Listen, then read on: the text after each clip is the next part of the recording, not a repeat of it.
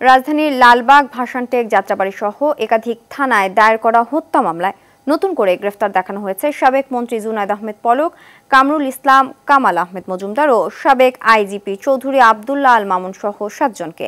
বুধবার সকালে ঢাকার চিফ মেট্রোপলিটন ম্যাজিস্ট্রেট আদালতে তাদের হাজির করে নতুন এসব মামলায় গ্রেফতার দেখানোর আবেদন করেন মামলার তদন্তকারী কর্মকর্তারা। পরে রাষ্ট্র ও আসামি পক্ষের আইনজীবীদের শুনানি শেষে ঢাকার মেট্রোপলিটন ম্যাজিস্ট্রেট মোহাম্মদ জিয়াদুর রহমানের আদালত তাদের গ্রেফতার দেখানোর আবেদন মঞ্জুর করেন। এ সময় রাষ্ট্রপক্ষের আইনজীবী বলেন, বিভিন্ন কার্যক্রমের মাধ্যমে তারা জুলাই বিপ্লব দমনে ভূমিকা রেখেছেন।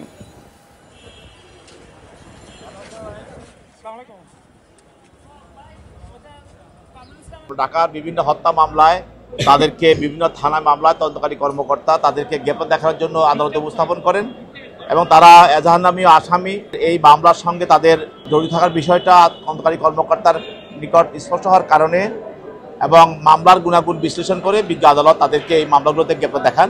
অভিযোগ না থাকা সত্ত্বেও তাকে এই মামলায় গ্রেফতার দেখিয়েছে। বিগত মামলাগুলোর মতো ইতিপূর্বে 10টা মামলায় গ্রেফতার দেখিয়েছে।